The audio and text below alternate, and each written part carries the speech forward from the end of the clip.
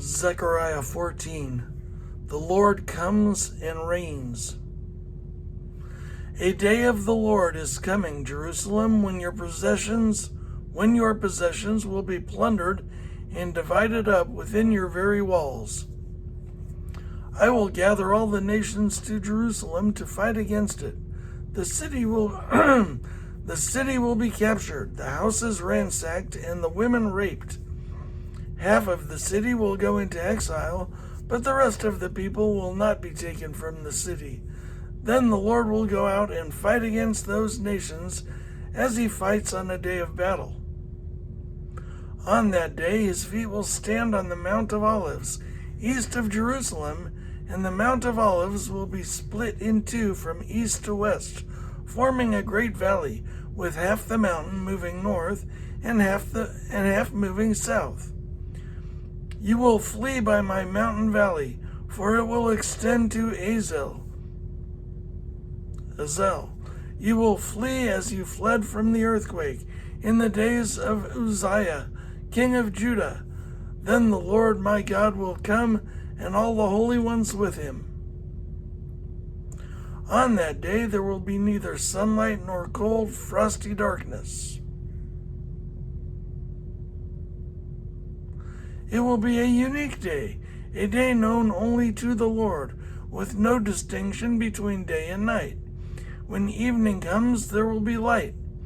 On that day, living water will flow out from Jerusalem, half of it east to the Dead Sea, and half of it west to the Mediterranean Sea, in summer and in winter. The Lord will be king over the whole earth. On that day there will be one Lord, and his name the only one. The whole land from Geba to Rimmon, south of Jerusalem, will become like the Arabah, but Jerusalem will be raised up high from the Benjamin gate to the site of the first gate, to the corner gate, and from the tower of Hananel to the royal wine presses, and will remain in its place. It will be inhabited, never again will it be destroyed. Jerusalem will be secure. This is the plague with which the Lord will strike all the nations that fought against Jerusalem. Their flesh will rot while they are still standing on their feet. Their eyes will rot in their sockets, and their tongues will rot in their mouths. On that day, people will be stricken by the Lord with great panic. They will seize each other by the hand and attack one another. Judah too will fight at Jerusalem. The wealth of all the surrounding nations will be collected, great quantities of gold and silver and clothing. A similar plague will strike the horses and mules, the camels and donkeys, and all the animals in those camps.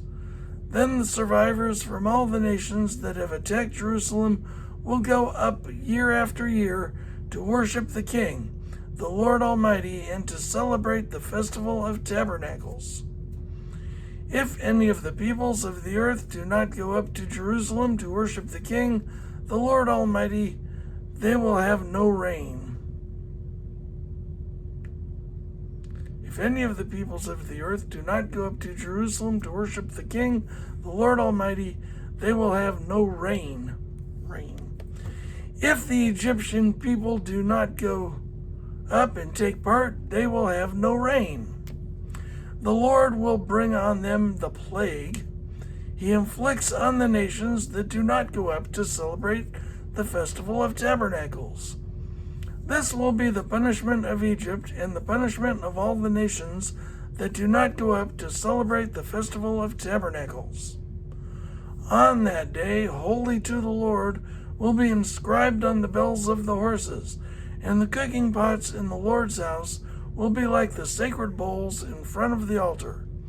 Every pot in Jerusalem and Judah will be holy to the Lord Almighty, and all who come to sacrifice will take some of the pots and cook in them. And on that day there will no longer be a Canaanite in the house of the Lord Almighty.